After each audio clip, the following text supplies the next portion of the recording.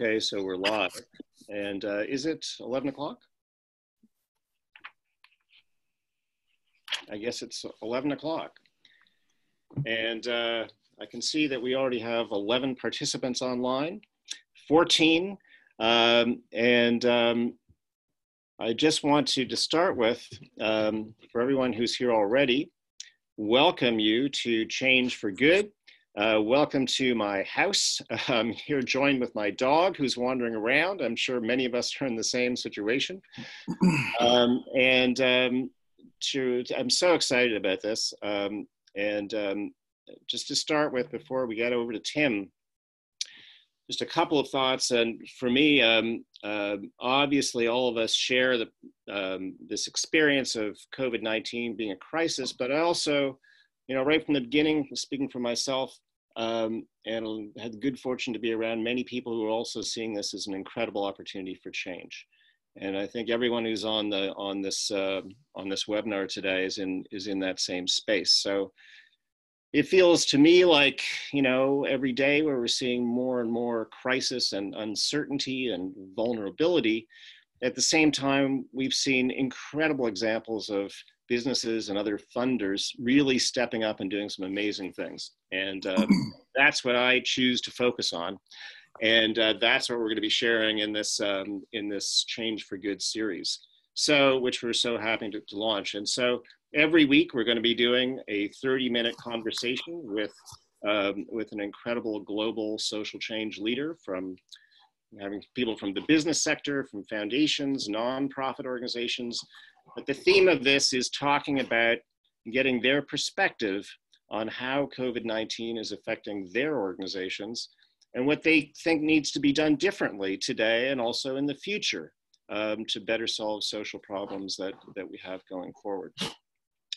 So today, though, I'm so excited to be sharing this first conversation with my good friend, Tim Cormode, who is the executive director and founder of an incredible organization called Power to Be, and also represents a very large private foundation as an expert on how to harness philanthropy for social good. I've learned so much from Tim over the years, and I just know that everybody on this webinar will too. And just for the timing, we've got about 20 minutes of conversation with me and Tim. But then we've got about 10 minutes at the end for people for questions for Tim. And so I just wanted to say that as we're talking, don't wait to the end to submit your questions, to share them anytime, and we'll get to them after about 20 minutes. So Tim, to start with, I just wanted to kick this off maybe with a personal note. I feel like, it's obviously been extremely difficult few weeks for most people. But for me, I've also had some incredibly positive experiences. First and foremost here in our house, and things that I think that might not have happened otherwise. So just thought anything that you could share about your own personal experience over the last few weeks would just be a great way to start. Yeah, Paul, first of all, thanks for having me. Appreciate the kind words. I think I'm just hopefully some other regular human being just trying to do some good here, and hopefully I can pass on some knowledge that I've learned. The things I say are the things I feel and experience, so please don't take it as expert advice. Do what you want with it. But simply, on a personal level, obviously it's been a real challenge to a certain degree, but at the same time, I'm a half glass full kind of person. And so from a family perspective, my wife and I both have jobs in, obviously with Power to Be, and she works at Royal Road. So right now we have jobs, which is great. Our daycare is closed. We have a 2-year-old at home. So we're really trying to figure out a good balance between the two of us. So we rotate every day. I go to the office one day, she stays here. And we're balancing that quite nicely. And, it's kind of nice. We get outside every day for a couple hours in the morning. In the afternoon, my daughter just go play. And we're very fortunate that we live on some acreage. So we're not so contained in an apartment. So we're making the most of our, I'm going to call it our outdoor space for the people, for our family. I think the other one too is just really about, just ensuring we're checking in on each other on our mental health side of things, even though, we're inside more and we're at home more. And our daughter can be a good and also sometimes a challenging distraction when we're working. Just to say, I think those are kind of the things that we're working on. And I'm also just, obviously my family's really important, thinking about them. And my parents who just live down the road, and I can pass by and wave, but obviously no hugs and things at this time, which is quite challenging. But needless to say,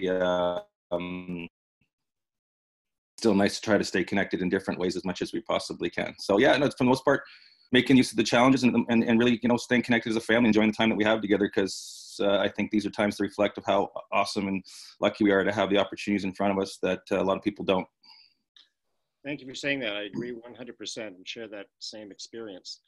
Now turning to your role in the philanthropic sector, as I mentioned before, line, Tim represents a very large private foundation, has an incredible perspective from on the philanthropic sector. And I know it's only been a few weeks, but I'm just wondering how, COVID so far has changed your own thinking about, what organizations you might want to support or how to best do this. Yeah, I'll just start by just saying I think I'm really fortunate that the foundation that I do some work with, the person that runs it is a very innovative and generous human being, and is really wanting us to do the best that we can to get out there and support organizations. We've always, I think, been pretty innovative in how we do things. From my own charitable experiences being on the other end, I think what's most important right off the bat, what you're seeing more of, and I hope you continue to see it when this is all said and done, is unrestricted funding is the way to go. I just really think that, why are we limiting organizations to make decisions on their behalf when really they're the experts in the fields? And so I think it's really important that we're deploying funding in a way that allows these organizations to do what they think is most important with it, because they're the experts in the field, not us. So I think unrestricted funding is something that we're seeing more of. I think we're seeing a lot more foundations particularly starting to deploy more funds now. There's a lot of great stories out there, but I think I saw recently some foundations deploying more money to their existing grantees. They've even extended their multi-year gifts where they've actually taken their gift for the next year and given it now. Because I think the time is now. Charities are in survival mode, businesses are in survival mode, and if there's the ability to do so, community foundations, I'm well aware of the challenges as far as deploying endowment funds based on certain restrictions and policies. But I do know some of them are also dipping into their reserve funds and giving more and leveraging their network for global aid. So seeing a lot of that. And the research has always shown, and I believe this to be true. I'm not going to call it that philanthropy is recession proof per se. But I think when there's a real time of challenge, people tend to do give more. And from a charity perspective, I think what happens, and I've seen it firsthand with our own organization, in some cases, without maybe having education, the philanthropy side of things is maybe we're a little nervous to ask people for help right now because everybody's, sort of challenged and suffering. Whereas I actually think this is the time to ask. You don't know until you ask. And in the world of charity, we're here to ask and seek support. And now's the time more than ever. So I hope that organizations are doing that, because I think there's a lot of foundations and corporations and individuals that actually have the ability to help and want to help and actually just need some direction on where to go. Mm-hmm. I think my last comment is, one of the challenges I have, and not to say, there's this sort of definition of essential services and non-essential services, and I don't, who defines that? I think every charity that we fund is an essential service to their community, defined by their community and their needs, whether you're working with kids in gang-related activities to the climate change that's, continuing to evolve when this is all said and done. I think global aid and housing and food is really, really important too, but I hope people start staying away from what's essential and non-essential, because I think all of the work that's being done by charities across the globe is all essential work, because we're all working together to try to make this world a better place. And Tim, what you said also just reminded me, an area that we've shared a lot of dialogue around is the Indigenous community. Yeah. And the specific, obviously a very challenged situation, even irrespective of this. Did you have any specific thoughts about in the Indigenous community, what this looks like or what needs to be done differently?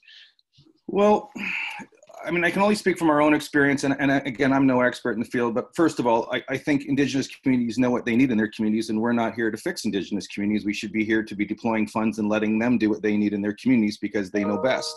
Mm-hmm. I think the connection to land is super important. The connection to elders, I think my greatest concern for those populations is that I mean, I think we all rely on our elders for wisdom, but definitely from language revitalization, Indigenous communities, elders play a critical role, and COVID-19 could play a significant risk in reducing those populations, which could have a significant impact in the ability to continue to revitalize the languages that these communities need and these kids and youth need, and the connection back to land. So I just, we're just doing the best that we can to give funds to these communities and let them do what they need is best. These are just some themes that I'm seeing that are resonating. Again, I'm a settler. I'm not an expert in the area. And also, obviously, some of these communities are quite isolated. So, if something an outbreak was to happen, sort of, do they have the resources and needs within their communities to address them accordingly? And I would say that some probably do and some don't. So I just hope that we're all looking at a bigger picture, not just looking at our urban environments. We're looking at our rural environments, both non-Indigenous and Indigenous, to ensure that they have the resources necessary to get through this. Thank you. Yeah. Also wanted to go back to sort of what you were saying before, and I know a lot of funders are kind of balancing the need to act really fast and be really responsive with trying to channel their philanthropic resources into organizations that are really going to make a difference. What are your thoughts, or what would you advise people who want to do the right thing, but also want to act really, really fast? I mean, obviously acting fast is the critical thing right now.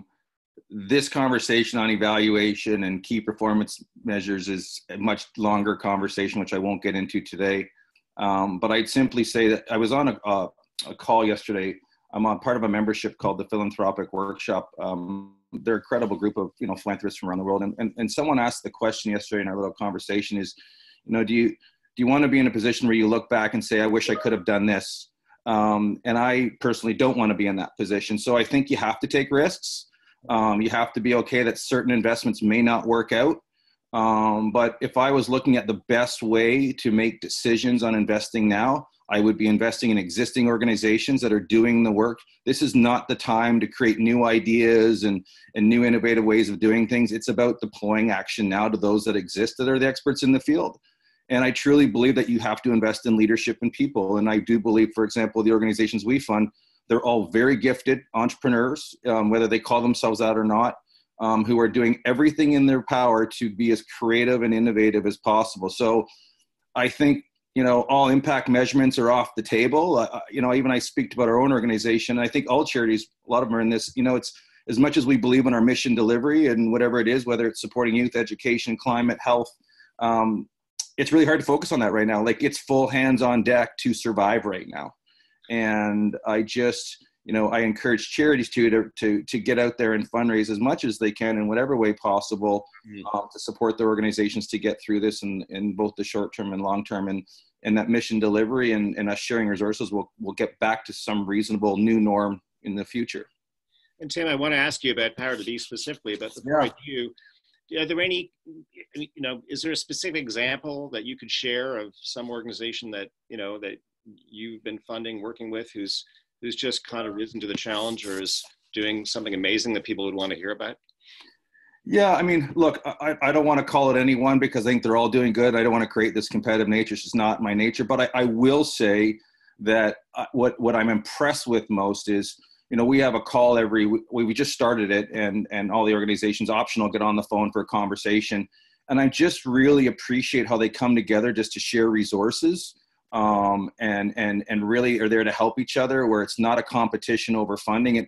And to be honest with you, I think that's the future. There's a great book out there called Forces for Good. In fact, I was just on an early morning conversation or webinar this morning. I'm not used to technology and webinars, so I'm just getting used to all of this stuff. But there was obviously this theme of Forces for Good, and it really is defining how organizations need to work together, and these are the ones that will succeed moving forward. And I think that this pandemic has forced that more. I only hope that we recognize how important it is and we don't stop doing it, because I think the organizations that operate in silos are those that I don't think in the long term will succeed in the same way that, those that do. So I just think the organizations, that we have funded and other ones that I know of, when they come together and just get on the phone and start sharing resources, and I see these emails back and forth and how people are helping each other, that's the call to action I think is happening. And every organization that I know of that we fund is doing exactly that. not because we're forcing them. It's because they know it's the right thing to do, and that makes them very effective and, people that can mobilize change in this world. Hey, thanks for sharing that. And, I guess one of the things I hope is that the particular forum can be another one of those, where people are sharing. And absolutely. So really excited about that. And turning to Power to Be, if people aren't familiar with it, it's an incredible organization that Tim founded, and that serves families and people with barriers and disabilities, obviously, and does a lot of in-person work. I imagine all in-person work. But Tim, how are things changed there? It must be very difficult. What have you had to do? Anything you could share with people about your situation? I mean, just to give you some context, we're about a $4 million a year operation. We have 42 full-time employees. I think it's 42. Sorry, we grow. Listen, I've got a great team of employees who are working their asses off right now to make the best that we can. We work in the outdoors. We connect people living with barriers to the outdoors and inspire them to see what's possible in their lives. And it's interesting, even though we had to suspend our programs for obviously protocol reasons by the province, we're trying to find innovative ways to stay connected to our participants. I think what's most important or the biggest issue, and I would say it's not just our participants, a lot of people that are in vulnerable populations, period, are very isolated. They were isolated before this happened. They're even more isolated now. And that's kind of a norm for them, but it's just now an exaggerated norm. For a lot of us, that's not like this. So I guess you can say we're probably experiencing a bit what people in vulnerable populations do too. And I hope we learn from this and understand that, anything that we can do to help people connect and feel better, it's important. So we look forward to getting people back outside. I think now what we can be doing is at least encouraging our participants and our donors and our volunteers to get outside individually, self-choice, get active while you can, stay active because it's the most important thing. And research has shown over and over and over again that the benefits of being outside is next to none. All said, we are employed right now. We've have some financial means to keep going. We've kind of, we've planned over the years, we've built a bit of a contingency fund. It's not like a lot, but I'm a big believer that as long as there's opportunities for employment and you have the resources to do so, I want to be part of the solution, not part of the problem. And I know of organizations, both corporate, and non-for-profit, I think, have the financial means to keep going, but have probably maybe used this as a slightly excuse to, to support their bottom line. I get it. I'm not saying it's right or wrong. That's not the way I like to think. However, every day the world is changing. Originally we thought maybe this is 2 months. This could be 6 months. So, we're exploring all angles. I'd like to believe or hope and try that we're doing this as a team versus an individual. So, if we all have to cut our hours back to support this, then we do. Layoffs are the last thing I'd like to see. I think it has an impact culturally, but also I can't, there's certain decisions I can or can't make. I think our team is staying super connected to each other. We kind of have an online presence through, I think, Microsoft Teams it's called. And sorry, I'm just so not good with the tech terms, but there's lots of sharing of information and YouTube videos, and we're checking in with each other, which I think is really important. We are launching a campaign. What $1 million of our dollars comes from events, and I just, even when we get back to norm, I don't think large scale events are going to be allowed for a period of time until we get a vaccination, and I don't know what that number is. And so I say all charities that are thinking big events are going to have to start thinking differently. So we're going to launch a virtual campaign to hopefully make up the difference of that $1 million. We've raised about 300 to date. I've donated my salary for the month. I think it's really important that if I'm going to be asking people that are in real significant, challenges that, my family makes a contribution to. So these are the things that we're doing right now. And I think most importantly, finding most effective ways to, support our participants in this time of need, support our staff and our volunteers, and trying to, I'm going to say lastly, look at what the opportunities are ahead. I mean, the new norm will be different, but where can Power to Be play the most effective role, and what is that case for support that we need to start building and planning for now? So whether it's, we have to redo some of our policies or developing our staff so that we're that much better to run that much better programs. There's always room for improvement. I mean, now's the time for us to be engaged in this because we talk about it a lot. It's kind of like, the next thing to do list and you never get to. Sure. And now we have the opportunity to actually, I'm going to say, build our in-house infrastructure as well as reaching out to our participants in a different way and our funders and trying to, like every other organization, business, charity, to survive as best we possibly can. Yeah, thanks for sharing that. And I agree. And I think, I think the time is, for action is now, internally and externally. We've had the great privilege of, at Impact, starting this initiative. We're redoing our website. There's all kinds of things that we wouldn't have done otherwise. And I think that's a great opportunity. So I was just going to add one thing too, Paul. I think this sort of just, I don't know, note here from your questions you sent me. I think, obviously government's coming on board. To be perfectly honest with you, and it's great. I mean, government spends a lot of time fighting against each other. I think this is the first time where they actually sit on it and go, oh my God, we actually have to do something now. What do we do? And that said, though, I think there'll be funding now. I wouldn't be counting on government funding for the long term. I think you have to continue to build your relationships in the private sector. And I know that as we look at our budgets for next year, I wouldn't be planning for growth. I would definitely be planning for either even steel budgets or probably planning your budgets for, 10 to 15% less next year, just based on what the market's going to indicate. And I just think it's something that start planning now for that versus being in a situation later. Like we're doing a full reforecast of our budget for our board for the next week and a half, because it's the right thing to do. It's an accountable thing to do. It's a transparent thing to do. And then we'll communicate that the best way possible. So I just thought I should just add a couple of those notes for some people to think about. Thank you so much. And, I think, obviously we could have this conversation, feels like, for a whole day, but also, I think given the time, we've got some amazing questions. I thought maybe we'll just jump into some of those. And I'll just read one here. Thanks, Paul. Anonymous says, many charities rely on face-to-face interactions and physical events, which you mentioned for bulk of their fundraising. So obviously that's not realistic now. And Tim, do you have any specific advice for accelerating digital fundraising for people who maybe were reliant on other, maybe in-person activities? Mm-hmm. Well, a couple things there. And again, this is just my suggestion. There's kind of two-prong approach here. I mean, I really believe at the end of the day, we're all in this together. And as much as funders have the ability to potentially support the organization, I also think they just need to be connected with to see how they're doing. I mean, everyone is feeling very vulnerable right now. I spent the weekend with my support of my assistant stuff, sending out individual emails to, I think, over 5,000 people in my email base to simply just say we're thinking about them, because we are, like, we really are. And I'm concerned, and I'm hoping that you're well. I think, first of all, people need to remind themselves that we're all human, and we all need just to be heard. So I think everyone getting on the phone and calling your funders and your stakeholders to, just to check in and see how they're doing. I mean, it doesn't necessarily have to be about funding. I think you also have to find the time to just have a conversation. So that's one thing, I think, getting on the phone and checking in with people. Yep. And I would really encourage sort of talking about, what you are doing as an organization right now, and what it is that you need in funding to move that forward and create that case for support, and share it, obviously, virtually as best way you possibly can. But connection can be by the phone. And I just think the more you can stay connected on some human level. Look, power to bees of the outdoors. The last thing I want to be doing is a virtual campaign. Like, we're all about, doing stuff, but it is what it is today. And we're thinking of creative ways to engage. But, I think the best thing is get on the phone and talk to your supporters, and get all your staff making phone calls. Like, we're all in this together, and they may not have the same experience as you as a fundraiser, but everybody should be calling people and just saying, how you doing? And thank you so much for your support. Like, we really, really appreciate it. For sure. Thank you. It's a great chance to, I guess you could say, to improve your stewardship plan and learn what you did today, so that in the future, and I would really encourage all organizations and foundations, track everything you're doing right now.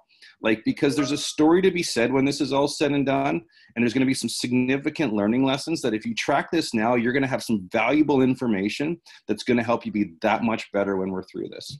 It's amazing. Thank you. Thank you. There's a great question, because we've got people here literally from around the world, and someone has asked this question, which says, post-pandemic, the literature suggests that organizations who are international will bear the most significant impact during the crisis. And this person's question is, what advice would you give to social innovators whose pursuit of good spans across several borders? So not just in one place. Yeah. So first of all, I would say, if anyone knows the Skull World Forum, it's an incredible word forum for social entrepreneurs. It's an invitation only. It's at the Side Business School. However, I'm supposed to be there actually right now. It's canceled. It's online right now. And you can access all of their webinars for free. And there's a ton of international social entrepreneurs doing some incredible workshops. So I would say, maximize the last 2 days of thing. Go online. Just Skull World Forum, SKOLL World Forum. and go online and check out some webinars. Our foundation, and I can hear what people are saying internationally is, we got a lot of challenges in our own backyard. We've decided that we need to focus on our backyard.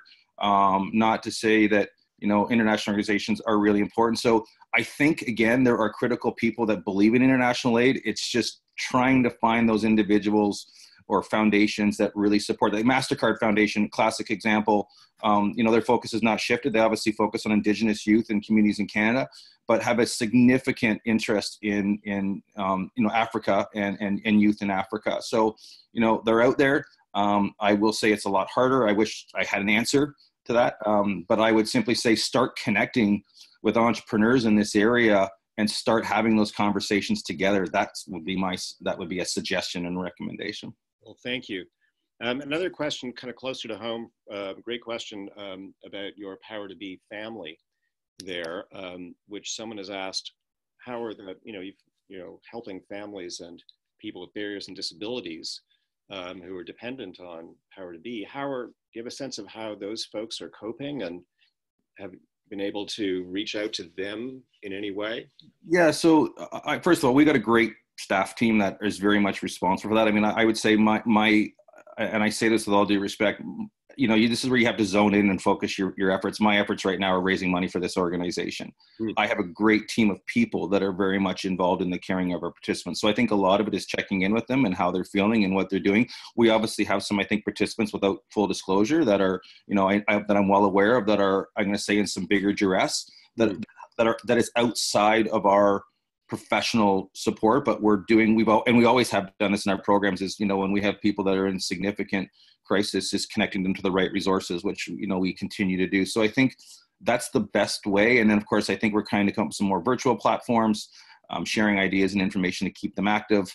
But my heart, I got to tell you, it really saddens me, not just for Power to Be, but, vulnerable populations are the ones that are paying the biggest price for this. Right. And it's really, really sad.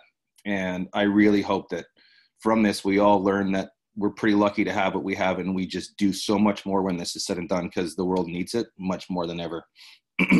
Sure, thank you. Now, I'm just looking at the time. We have only 3 minutes left, and there's so many great questions that we'll have to find a way, perhaps, of sharing some of these questions. And yeah, I was going to say, Paul, if people want, look, I'm happy to, if you want to give my email, my email is tim@powertobe.ca, POWERTOBE.ca. I'm pretty good at responding to everything. I think it's important. I may not get back to you right away, but if you have some questions, I'm more than happy to do what I can to either answer them or pass them on to the appropriate resources. So just to say, please, contact me. I have no problems with that whatsoever. That's amazing and very generous. Maybe one other question here, if we could squeeze it in, which someone has asked anonymously: what are some of the leadership practices that contribute to success? Yeah, good question. I think in a time like this, and I think it's always you got to be calm, you got to be positive, you got to be turning under every rock and looking at every opportunity. Checking in on your staff team and how they're doing is critical. I think as soon as your team starts to see that you're worried or you're concerned, it can start to create a real worry within the organization, whether that exists or not. I think so. Making time for yourself, whether it's mindfulness practices. I mountain bike. I try to get as much as I can. That's what I do to keep myself sane. And I'm going to say where I have my greatest ideas. So I think, being positive and really seeking opportunities that can really bring your organization together. This is the time to do it. And so being as creative and innovative as possible, and don't be afraid to take risks right now. Don't be worried about what other people thinking. Think about your mission and your organization, your team, and just go do what you got to do. And every day, give yourself a pat on the back. Do not forget just to close out one little note to yourself. What did I do well today that I can take great pride in? What am I going to do well tomorrow? And just do that one thing and only one thing. And I promise you it will have some impact on your mental health and your ability to lead. Amazing. Well, thank you, Tim. I know that you've got a family. I'm now on daycare duty. My wife's going to work here. Yep. So we really, first of all, just thank you so much. As always, you're just amazing inspiration to me and to everyone on the phone too. Really appreciate you kicking this off. I really appreciate our team at Impact, who remain 100% dedicated to all the things that you just talked about, as do I. Also wanted to mention to everybody on this webinar that tomorrow you're going to get an email with a link to recording of this, so you can share it and look at it again. And also you'll have a link so you can register for the next Change for Good conversation, which is going to be next week. Really appreciate everyone's participation. We look forward to the feedback. Please share any ideas you have, and we hope to see you next week. Yeah, and Paul, I just want to say thanks a lot for obviously having me. I really appreciate it. You know, and just, you know, I'll just say we have the power to prevail here, and we will.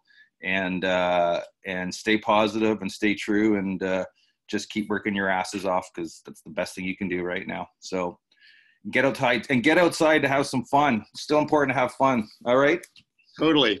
Bye. Thanks everyone. Okay, take care. Bye.